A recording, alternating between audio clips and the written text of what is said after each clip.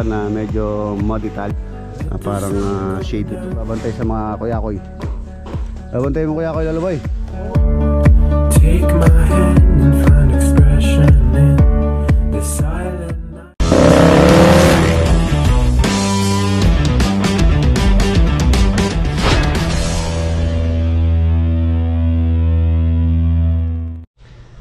Good morning mga boss, welcome back muli dito po sa ating channel. Ayan, kamusta po kayo lahat? Ayan, mga pintuan sa San Simon Project.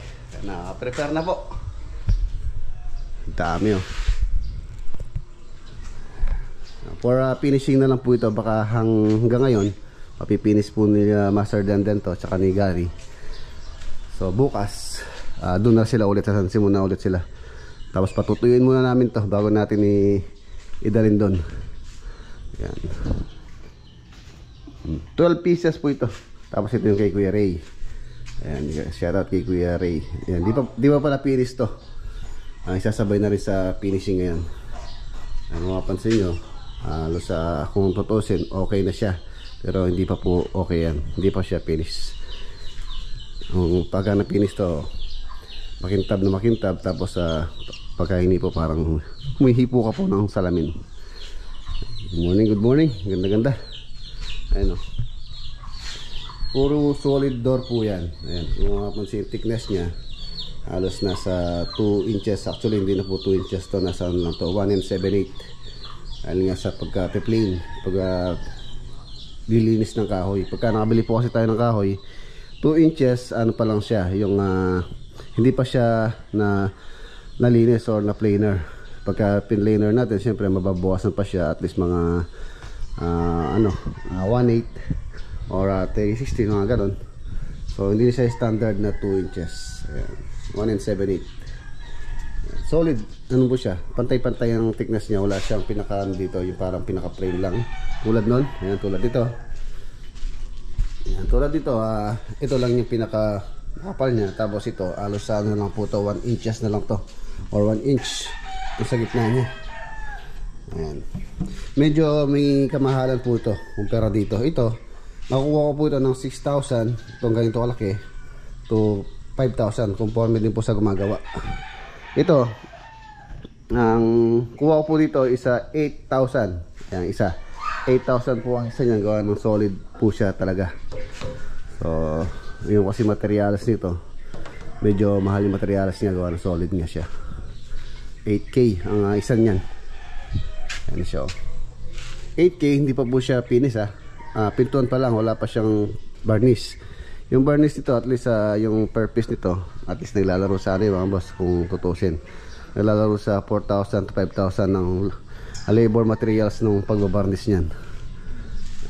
So 8,000 plus sabi na natin 5,000 yung varnish din. So halos nasa 13,000 na per piece yan. 12 pieces po yan. Wala pa siyang installation, wala pa siyang doorknob. So yun po yung presyo niya, mga pintuan na yan. Mahogany wood po yan. Tapos dito sa farm, meron po akong pinagagawa project dito na natin kailangan gawin. Ayan, kung mapansin nyo, ito po yung garahe ko dati na hindi ako nakakagarahe, gawa ng dyan na yung naging workplace natin. So dito papagawa po tayo ng dito, ng pinakagarahe ni Roxy. Ayan o. Tapos semento ko muna to. Tapos ilalagay ko po yung tent na yun. Yung tent na 6x6 yun, 6 meters by 6 meters. So maluwang. Itong area na to, pa-flooring na dyan natin igagaray si Proxy. So nauulanan siya, arawan, mabilis maluma yung sakyan pagka ganun. Ayan, palagyan natin ng flooring. Ayan na sila, parang den. Kukuha tayo mabas ng ulam po na may iwan dito sa parang tende dito sa ating fish pan, swimming pan. Then gurami, no? Kuha tayo ng gurami. May mga gurami dito. Harvest tayo ng ulam. Ang gandahan dito pagka gusto natin kumain ng ng isda. Instant, meron na tayong mahuhuli dyan, yung mga pinakaulan natin. Meron po mga hito dyan na yung lalaki. Mga hito, di ko muna pa kukuha yan. Tignan natin baka magsisimilya sila dito. Malaki po kasi may mga itlog. Ha? Malaki no?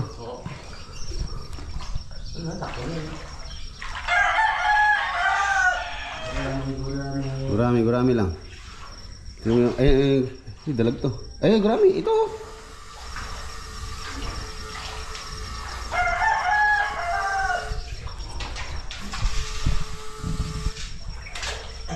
Malaki.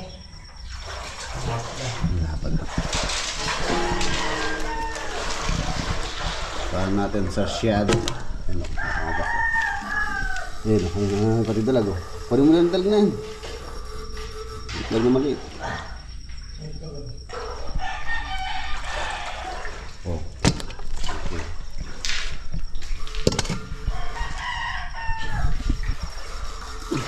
Walang kahirap-hirap si Pandel mo oriente.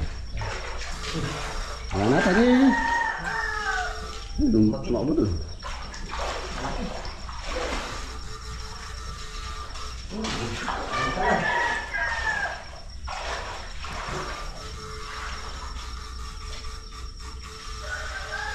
Maliit na natin sa shark natin. Oo, yung dalag maliit. Wala nila ngayon dito. Tayo mayroon po tayo lakad eh. Pumunta muna tayo dito sa Arayat Project bago ako umalis. Silipin muna natin sila dito.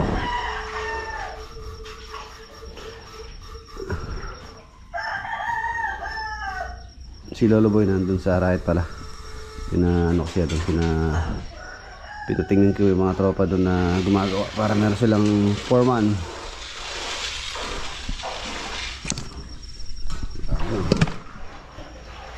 Nakado.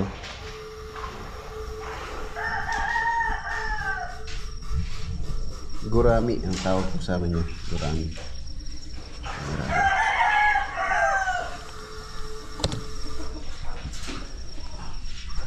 Wala na.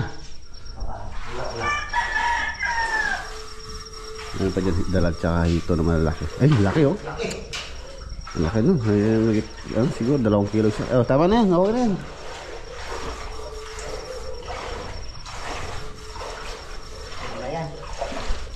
Ano yan, no? 2 kilo na migit yan, eh. Mas laki. Instant ulam na sila. Bale lang yung gumagawa dito, 4 sila. Si paring Bonjing, si Bebe, Gary, tsaka si Denden. Si Apuleleng, taring nilalabay mga talong, sili, meron dyan. Apuleleng! Oh! Ulam! Nisa mula.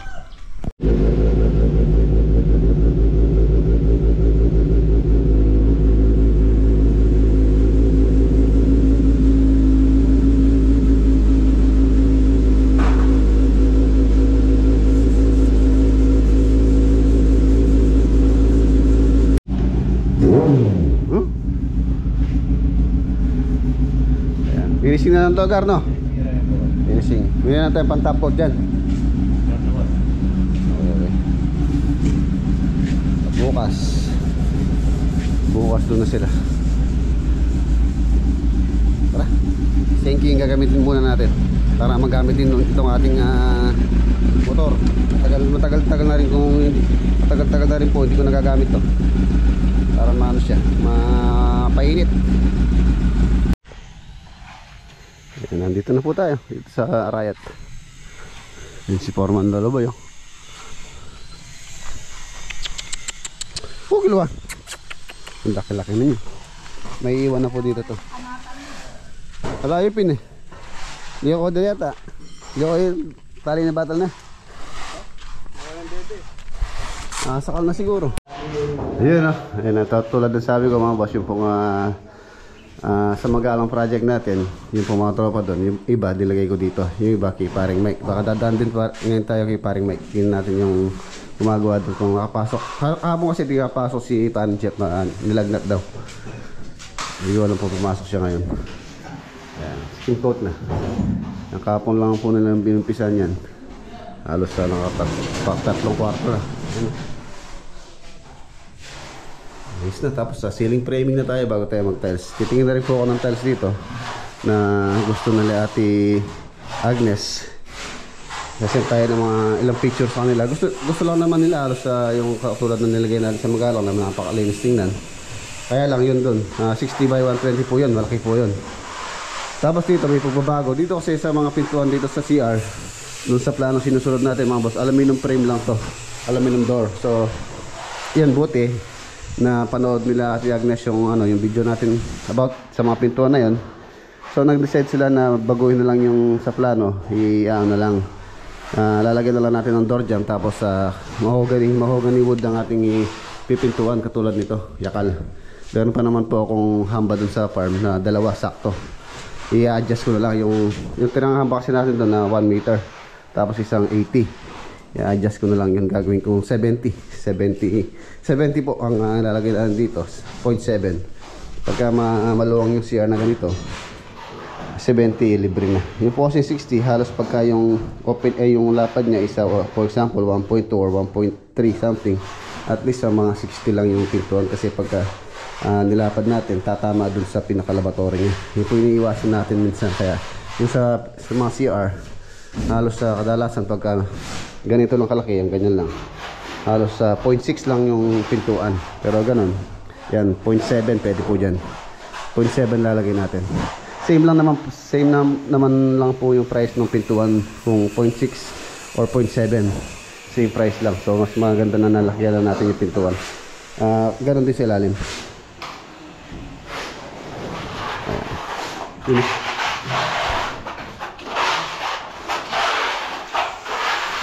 Sa linggo na ito mapuputi na to. Tapos waterproofing natin tong firewall. Bibili na ako ng waterproofing materials dito sa firewall para may skin coat na rin bago bagbagin yung scaffold.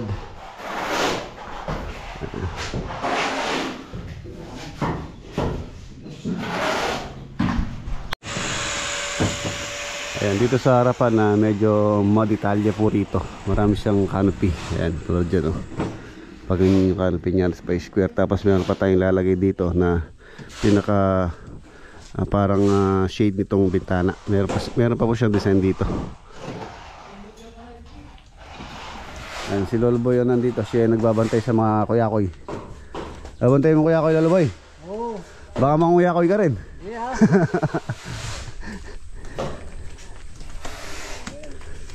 Yaman na lang parang. Ayan, konti na lang dito sa may likod. Doon, tapos na ron. Ayun po yung waterproofing. Kailangan pong waterproofing yan. Dahil firewall nga, bugbugan ng ulan tsaka araw. Kaya hindi maayos yung waterproofing yan. Possible na magkalik sa loob, magkatagas, magka-moist. Waterproofing natin, tapos gagamitin natin pintura dito isa elastomeric paint.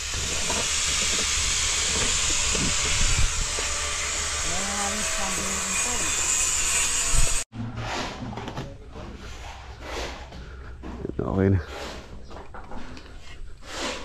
yan dito firewall.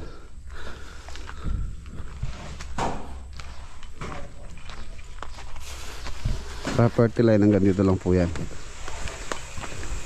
79 square meter kung di ako nagkakamali, kung tama ba. Hanggang dito lang po yung lote dito, tapos hanggang dito. So ito lalagyan pa natin ng bakod to, tapos pinalalagyan ng ni Ate Agnes ng shade ng pinakabubong. Ito pa pala yung plastering pa dito, scaffolding okay na. Ayan, tulad yan, nakaantuan na to. Ang size ng pintuan kasi sa plano ito mga boss, 0.6, 60. So maluwang naman po yung CR. Pwede natin lagyan ng 0.7. ano na to, gigibain. Halagyan ng hamba. Tapos sanitary pala. Kailangan na rin maiabang yung sanitary line.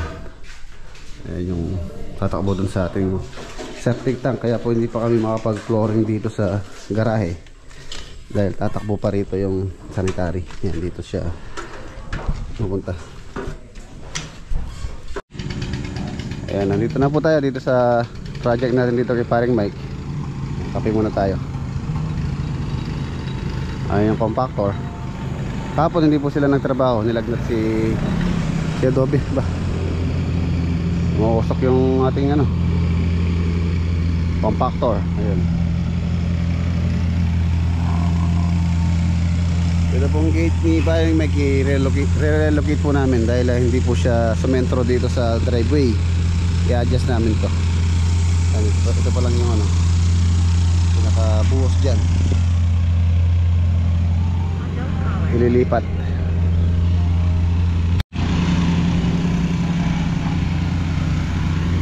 Ito yung bahay ni paring Louie. Paring Louie Puyawan, shoutout at saka kay Man Joan.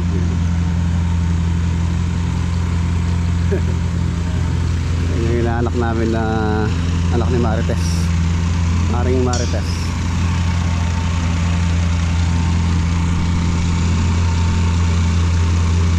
Wow, wow. Kumuha tayo ng ano mga boss. Sakto. Meron pong ano dun sa farm, sa Santol. Makikita tayo ng saluyot dito. Ayan. Dito talaga sa probinsya, basta hindi ka lang maselan, hindi ka magugutom tulad niyan. Saluyot, sawagan mo lang ng ano to, 1 kilong liempo. 1 kilong liempo. Hindi ano lang, kahit yung tinapa lang, santol, tapos labong. Sarap. Nakaraan nakuha tayo doon, sampalok, bulaklak, tapos kangkong.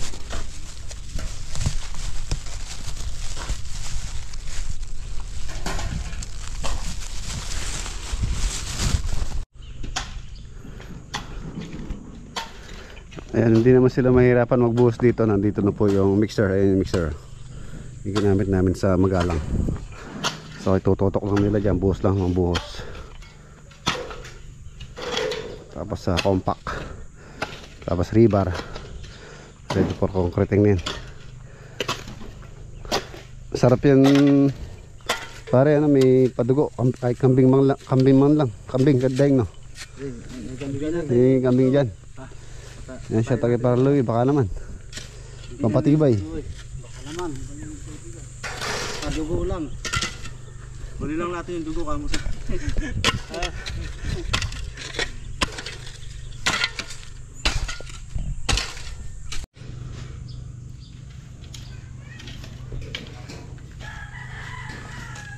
I can't stop.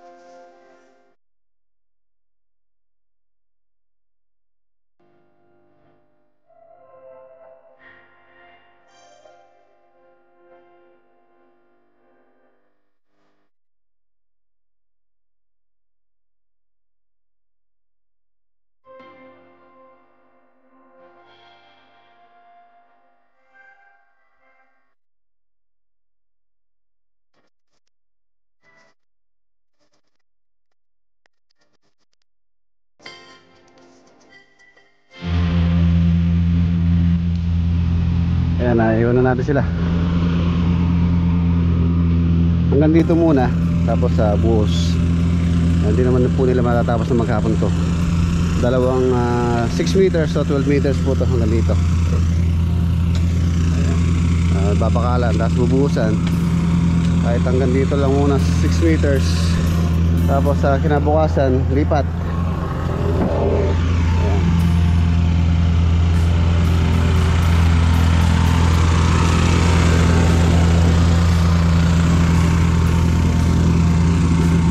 Ganda na yun pagka may hirapan na. Maginhawa na po si na Maring April dito.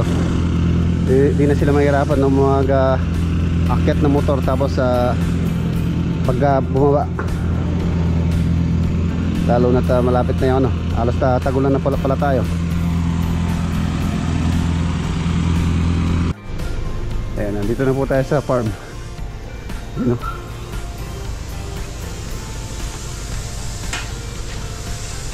Alis po tayo, meron akong ka-meeting dito sa May Angeles. Meron po tayong meeting. Tapos baka dumiretso tayo sa Magalang project. Nandun na sina Kuya Jay. So iwan ko muna sila dito. Then ngayon bala dyan may ulam na doon yung sarsyadong gurami. Ayan, nandito na tayo mga boss dito sa meeting place dito sa Landers.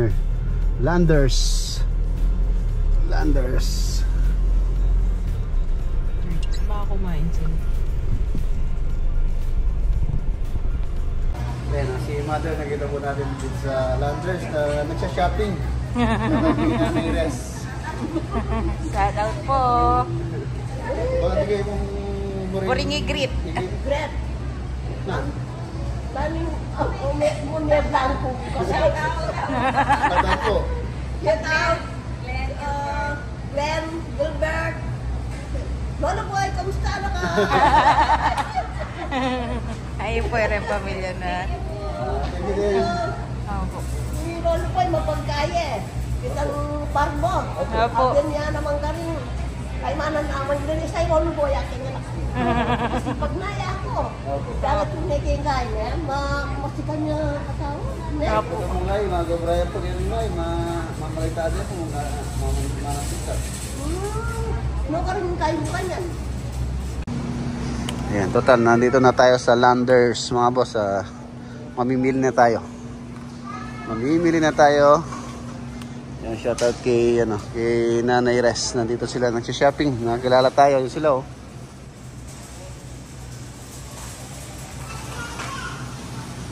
Shopping. Pag may time.